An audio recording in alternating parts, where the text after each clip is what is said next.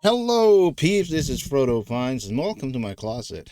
Today we're gonna be watching a video about Vivek Ramaswamy's message to YouTube. Dear YouTube, that's what he says. I haven't seen this video yet, so um, it's many of you knows that Vivek Ramaswamy is a Trump supporter, a conservative, and Republican.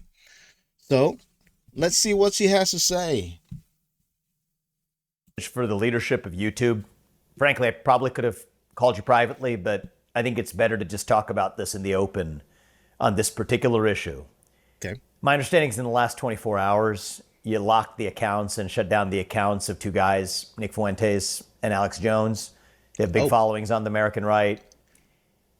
I think it's better if you just unlock those accounts and let the guys be heard. Okay, backstory on that. Alex Jones, Infowars type of guy. You can search that. Nick Fuentes, you can search that, and check it out who they are. Do I agree with all of what they're saying, especially Nick Fuentes and also, well, Alex Jones for that matter? No, I do not. Probably I agree with them. Probably, I would say 80% of the time, maybe something like give or take, but not 100%. So there's some stuff that they say that's kind of out of this world, and I don't believe, and I don't subject, or I don't subscribe to that. So anyway, with that, let's continue on. And I say this not because I'm some particular fan or vice versa. At least one of them, Nick, is probably not a particularly big fan of mine. No more than Jimmy Kimmel is, by the way, for very different reasons. Yeah. That's beside the point. It doesn't matter. It doesn't matter. The reason I'm asking you to do it is that censorship isn't good for America. It's antithetical to our culture. True.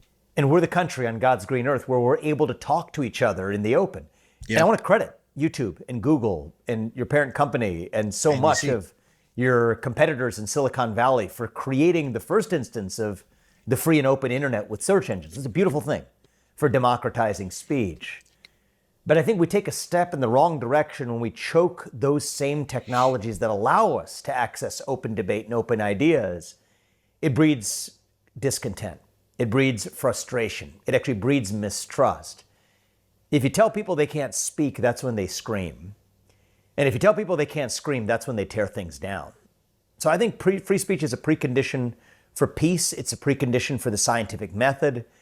It's a precondition for our shared unity, our shared national identity as Americans. Yeah. Now, I can understand why you might think that certain types of speech or certain things that are said that are hurtful to other people or that may spread misinformation or may they count as violent or dangerous threats shouldn't be allowed on your platform. Yeah. I personally take a broad view of what type of speech is an expression of an opinion that's protected, but that's a separate discussion about whether somebody says a particular thing that you think doesn't belong on your platform. That's one category of speech moderation. There's a different category of saying that you may demonetize certain people. You're not going to pay them, that even if they're able to speak on your platform, it's not necessarily their right to be paid for doing so or putting advertisers next to their name. That's a separate discussion. Personally, I don't like any of those forms of speech suppression as a general matter, but at least those are discussions that reasonable minds can have. True. There's a whole separate third category of censorship, though, that I think is particularly harmful, which is the idea that just because of who you are, your name and who you are, true. you don't get to express any idea. Exactly. Whether it's misinformation, hateful speech, whether it's dangerous or whatever you deem it to be. Irrespective of that, you're not making that judgment. Just based on who you are, you don't get to speak. Yeah. I think that breeds mistrust. I don't think that's good for our country. There's legal... Okay, so yeah, you can go to Vivek Ramaswamy's YouTube page and you can watch the whole video there. If you don't want me pausing or stopping the thing. So he was talking about like the individuals, right? Like talking about like Nick Fuentes and Alex Jones, as both subscribe to far right and far right. Even Nick Fuentes, Nick Fuentes, he is known to to put up videos so somewhat like to the extreme, or he's kind of an outlaw per se, like that. That's what I heard about, and that's what I've seen his videos. But then again, that doesn't really, things that he says, it wasn't like really, outright calling for, unalive any people or anything like that. Not that I've never seen.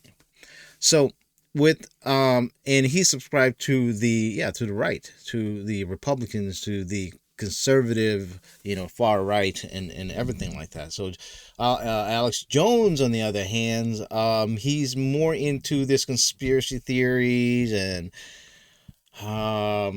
yeah, to subscribe to far right movement. I don't even know what they call the far right anyway, but it's things like, if you they label anyone far right if you are calling for America to stand, for itself in as a nation, meaning how Trump would say, build in America, or do it here in America with American money, with American labor, and all that. And they call that far right, nationalist.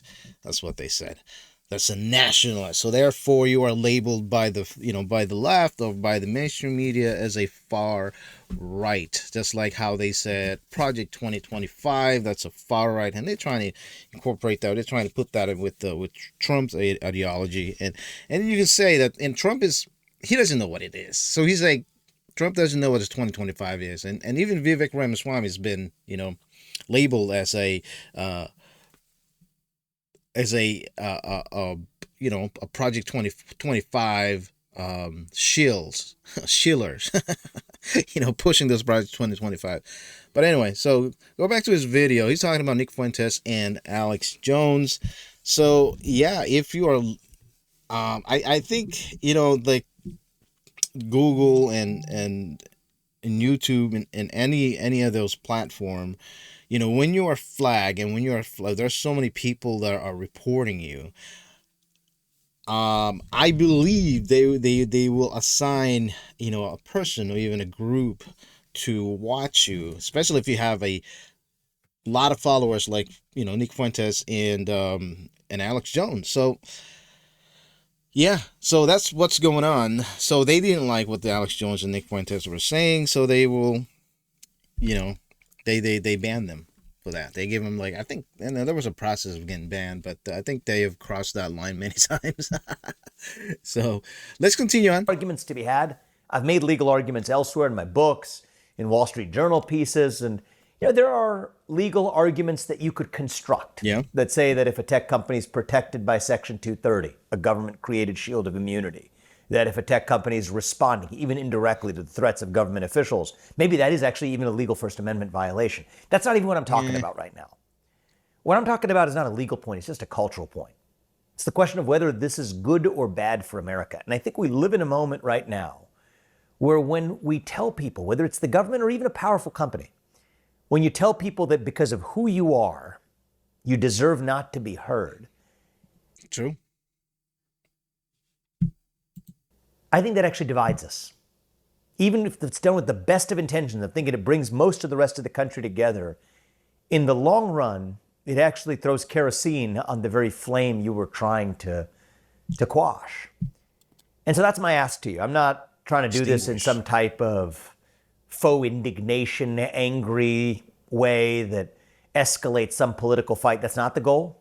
I actually think that it's often possible to get to the right answer through just reasonable, open dialogue. That's what I hope this is.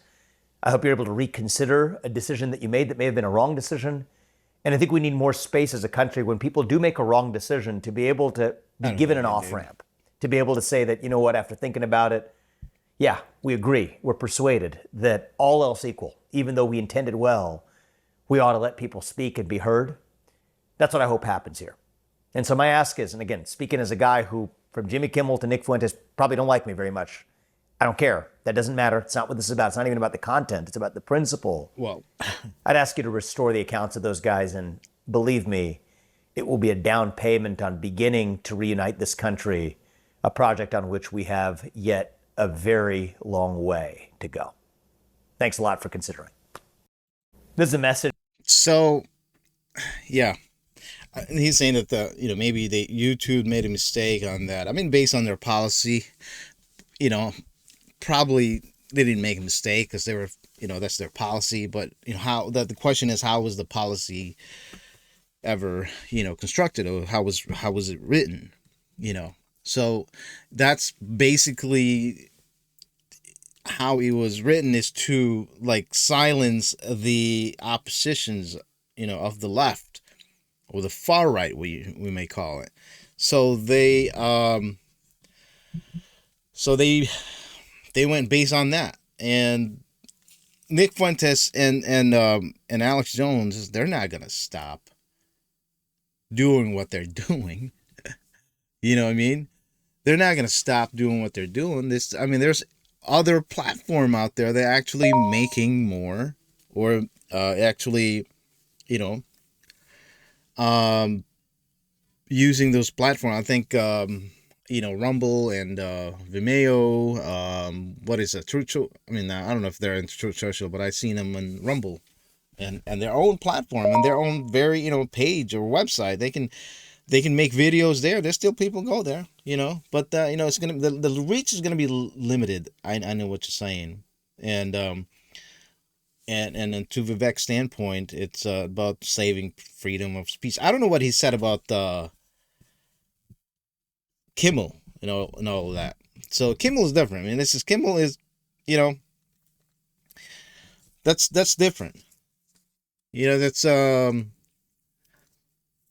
yeah, but that's another video that I can make for that. But anyway, so you heard what he has to say about his videos regarding YouTube. I didn't know it's going to be Nick Fuentes and Alex Jones, but I think he was just using them as a prime example, um, when it comes to the freedom of speech, so the core of freedom of speech.